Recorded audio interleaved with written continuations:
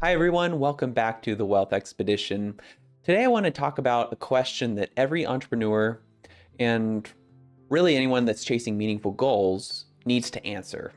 When should you persist in an effort, and when should you pivot? Now, this concept comes from Seth Godin's book, The Dip, and it's one of the most underrated ways, I think, to manage risk in your business or personal life.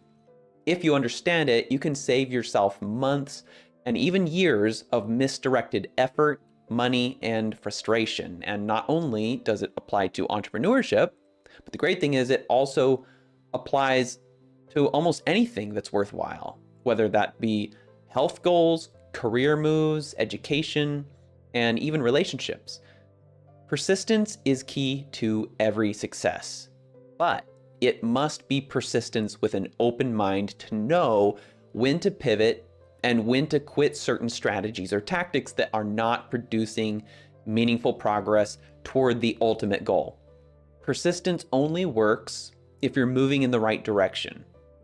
Napoleon Hill in Think and Grow Rich says, "There is no substitute for persistence. Failure cannot cope with persistence," and he's absolutely right about that. But let's imagine a caveat.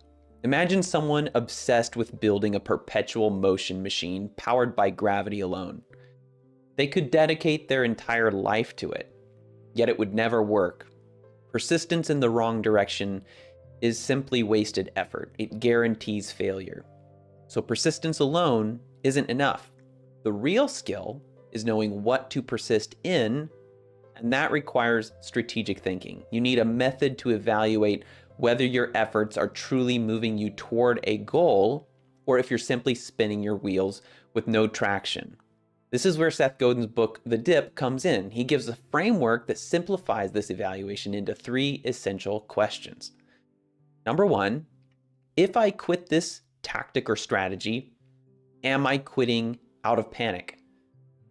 Sometimes we feel stuck, we feel frustrated or overwhelmed. And the first question to ask is, am I making this decision emotionally, in the thick of things, or am I making it logically? Quitting out of panic rarely leads to better outcomes. Success comes from making decisions quickly and changing them slowly, not making decisions slowly and changing them quickly. If the answer is yes, that you are acting based primarily on emotion, then you might just need a clearer plan and a way to sustain your emotions, not a complete exit. And often a guide or a mentor as part of your mastermind group can be just what you need to maintain that emotional stamina to persist through this dip. Number 2, can I be the best in the world at this?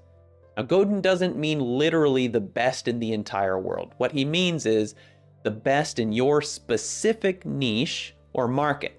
The companies and people who dominate a market almost always dramatically outperform everyone else, even the one in second place. For example, you can't compete with Facebook at a global scale. You're not going to get billions of users to join your platform. Probably not millions, and probably not even thousands. But maybe you can dominate a hyper-specific community, a membership site, a local service, or a specialty product. If you can realistically become the best for a targeted audience, that's a green light to keep going. And the third question is, am I making measurable progress? Even slow progress counts, even at a snail's pace. You need milestones, you need markers of improvement and a way to track whether your efforts are bringing you closer to your goal, because without progress, you're likely stuck in what's called a cul-de-sac, or worse, you're heading for a cliff. Now, this progress doesn't always have to be immediately measured in dollars. Depending on your goal and what's normal for your industry, this could mean measuring revenue targets or audience growth, engagement, conversion rates, retention metrics, skill development. These 3 questions help you separate these 3 types of paths. The dip, which is a temporary challenge that can be overcome with persistence. Almost anything that's worth doing includes a dip.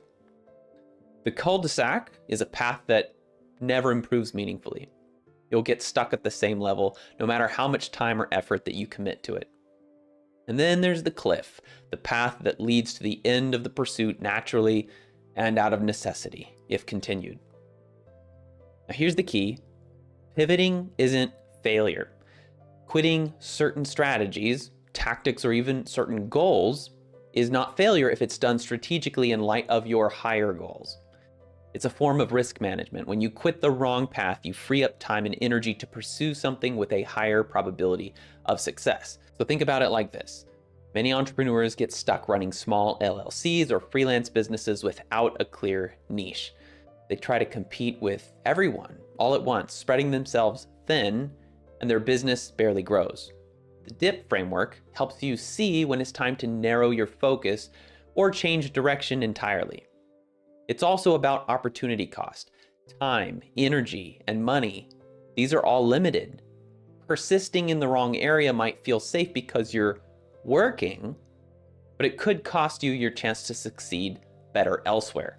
Pivoting strategically is actually smarter than grinding blindly. So here's a simple way to use this concept today. Step back and honestly evaluate your current goals. Does it appear that you're in a dip, a cul-de-sac, or a cliff? Ask Godin's 3 questions. Be as objectively honest with yourself as possible. If you're in a dip, keep going, but track progress and set milestones.